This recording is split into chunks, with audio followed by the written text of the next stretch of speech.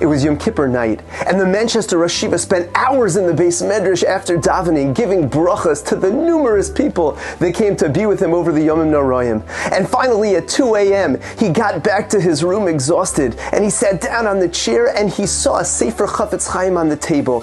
He picked it up, and he gave it a kiss, and he said, the Chofetz Chaim, the Heilige Rebbe. And Rav Kalman Krohn, who was with him, said, why is the Chofetz Chaim the Heilige Rebbe? And he said, because the Chofetz Chaim saved my life.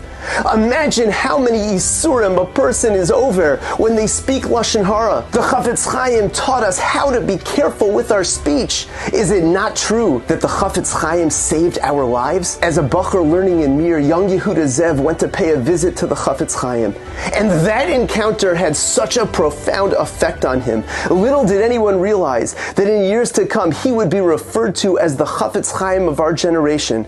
Spreading his teachings all around the world, the Rosh Yeshiva began by creating a calendar, dividing Sefer Chofetz Chaim into 2 halachas a day. He encouraged people to take the calendar and thereby created a revolution in Shmiras Halashon. Almost every printed copy of Sefer Chofetz Chaim today includes this calendar. The Rosh Yeshiva played a leading role in organizing groups and classes studying the mitzvah of Shmiras Halashon, and it was for that reason that Rav Segel was the founding rabbinic advisor for the Chofetz Chaim Heritage Foundation that plays such a vital role in creating this awareness for Shmiras Halashon all around the world. But his love for Klal Yisrael went way beyond Shmiras Halashon as well. During the Persian Gulf War, somebody noticed the Rosh Yeshiva davening with such intensity and sincerity.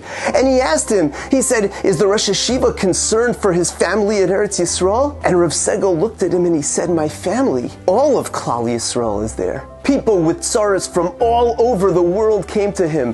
When he came on trips to America, it was said that he would often spend 8 hours a day meeting with people, seeking his guidance. One time he received a phone call from a broken-hearted man telling him that his child had just passed away. And during the 15 minutes of that call, the Rosh Yeshiva wept uncontrollably, pierced by the pain of an individual that he didn't even know. And everyone that ever observed the Rosh Yeshiva's tefillah couldn't help but be inspired by whatever they saw. He truly davened in the presence of Hashem. The Steipler Gaon said that he was the pillar of tefillah in our generation. Rav Segel lived with a very real connection to Hashem, and in turn had a very deep appreciation for our most precious commodity of all, Hashem's holy Torah.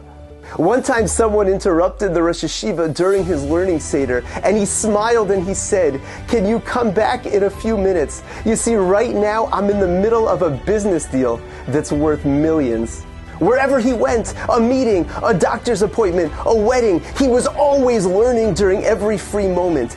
And because he was such an incredible Oved Hashem, people came to him from all over to be able to receive his brachas. Rav Moshe Feinstein and the Satmar Rebbe even encouraged others to go to the Manchaster Rosh Yeshiva to get his brachas. There's an incredible story told about an individual whose son was diagnosed with stomach cancer. And the surgeon said that we have to do a procedure right away.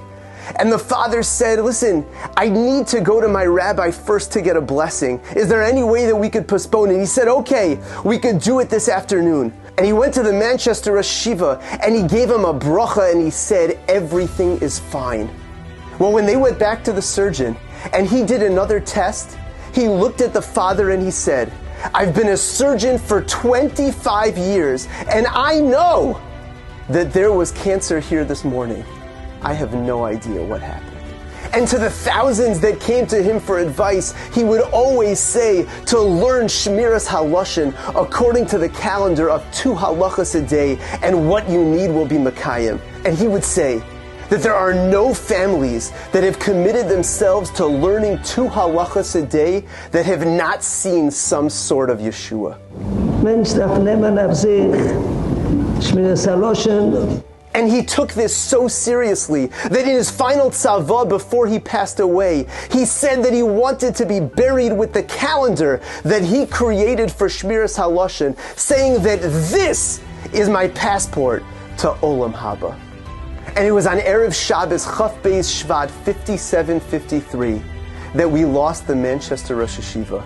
But let us carry on his legacy by growing in the area of Shmiras Halashon and taking on to learn 2 halachas a day from Sefer Chofetz Chaim. Whether it be from the Art Scroll translated Chofetz Chaim, a lesson a day, the main thing is to take on something to learn these halachas and grow in our Shmiras Halashon.